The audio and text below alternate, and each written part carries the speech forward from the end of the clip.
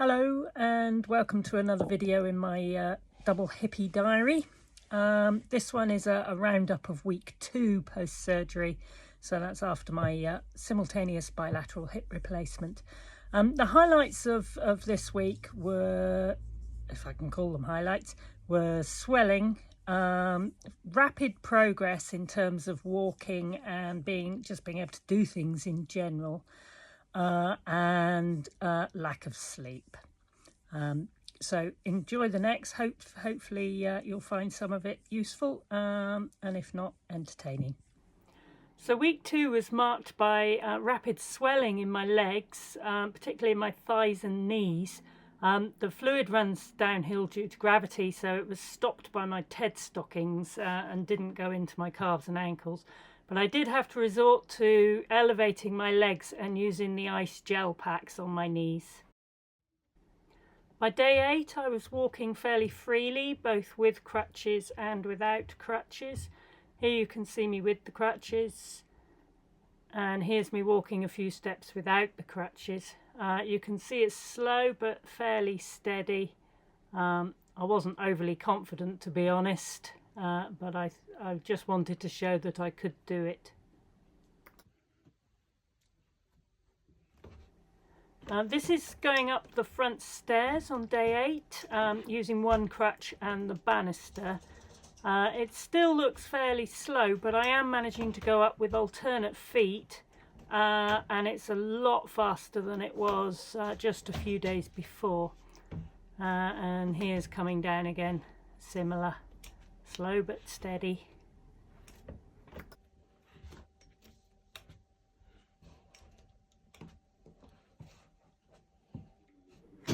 Also on day 8, I decided to attempt the twisty, windy, narrow back stairs.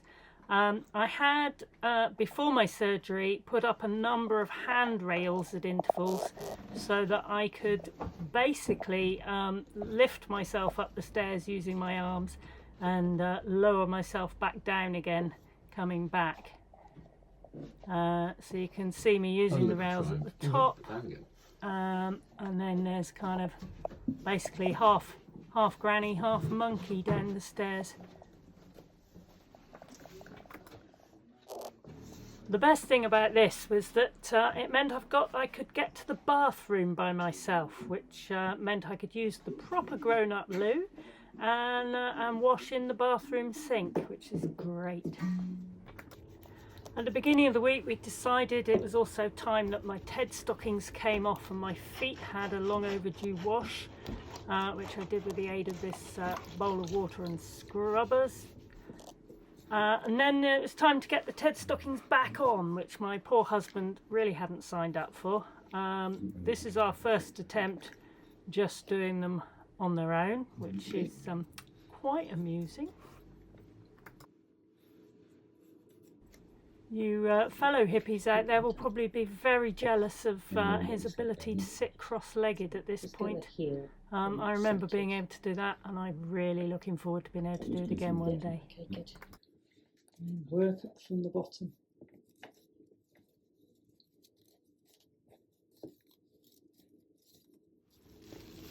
So after taking some advice from some more experienced TED stocking wearers, we decided to attempt the plastic bag technique.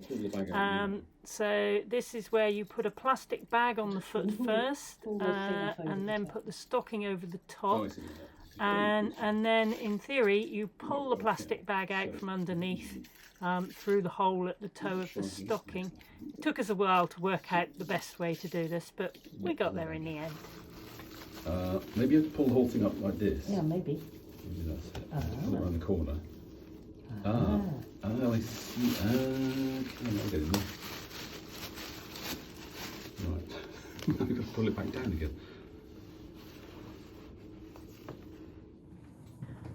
Many people, if not most, after hip replacement have a 90-degree bend restriction, so you can't bend your knees up higher than the level of your hips, even if you're able to.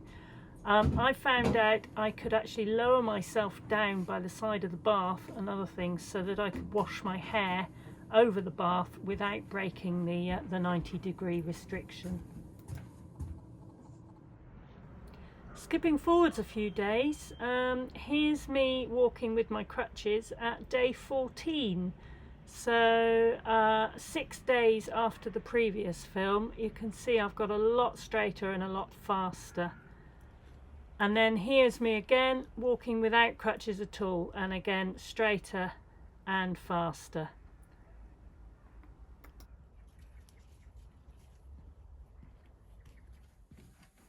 And again on day 14, going up the front stairs.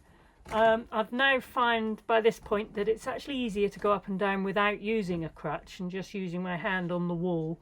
And you can see I'm going up and down fairly well, alternating feet, so not favouring one over the other, going up and down pretty cleanly. And here's the same on the back stairs, still relying on those overhead holds and handles. Wouldn't want to risk slipping here, so taking most of the weight on my hands.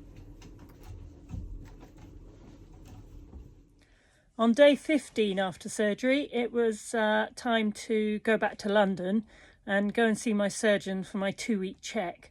So this time, rather than surviving the ordeal of going by car again, we took the train. We obviously had to take the car to the station, and I was amazed how much easier it was to get in and out after, a week and a half. And riding in the car as well was much more comfortable. Didn't need all the cushions and pillows that I'd had before. Travelling on the train was easy. We had a 2-hour journey in each direction. I deliberately booked the trip where we stopped at 4 or 5 stations on the way, so that if I did need to get up and change position at all, I'd have a few minutes at each station stop to do that. But actually I didn't really need to. Once we got to London, we took a taxi from the station to the medical centre. I did find actually getting into the black cab was difficult because the step was really high and the ceiling's quite low. So actually trying to lift my foot high enough, and I think I ended up kind of scooting in backwards and then pulling myself up onto the taxi seat using my hands. A bit later, we actually went on a bus, which was really quite exciting. A bit like being on a roller coaster. London bus drivers don't necessarily wait until you've sat down until they pull away. But that aside, it was quite fun and quite doable. And actually, I have to say, I really enjoyed the outing.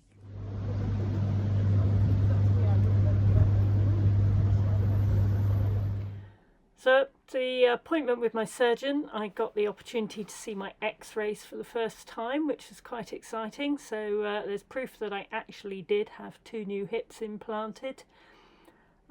He also asked me about my progress, gave me a bit of a telling off about not doing too much, and then he took the dressings off. I'd been worried about the dressings coming off, but I needn't have been. Absolutely didn't feel a thing, and I was amazed at just how neat and tidy the scars were. I was lucky that I didn't have staples or stitches. I had internal dissolvable stitches and glue on the outside with kind of one big steri strip along the length. The final bit of good news from the surgeon was that my TED stockings could go. I needed them no more, so off they went. Hurrah! So the final thing I think I need to mention about week 2 was the continued lack of quality sleep. Still having to sleep on my back, despite the surgeon saying that I was allowed to sleep on either side, both being the operated side, obviously.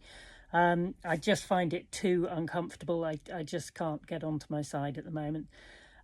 So still sleeping on my back and still being woken up about every hour, sometimes hour and a half, by stabbing pains in my back and my ribs. Now, I think that's less to do with sleeping on my back per se, and more to do with the fact that I have scoliosis, and having my hips straightened up is causing all the muscles in my back and my ribs to have to readjust to the new positioning, and they take the chance to do this obviously when I'm lying in bed trying to sleep. The other thing that affects sleep is all that swelling in the legs, starting to go down by the end of the week, but it has to go somewhere. All that fluid has to go somewhere. So you do find at some point that you need to get up and go for a pee regularly through the night. The kidneys are working overtime, drinking loads of water and flushing all that swelling out. But, you know, it's worth it. And at the moment, I'm really pleased with the progress I'm making. So thanks for watching. I hope you found this video useful. And if not, then at least mildly entertaining.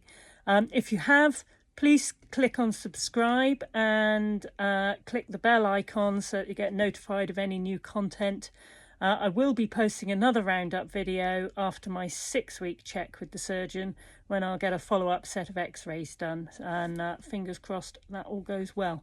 Hopefully see you then. Bye.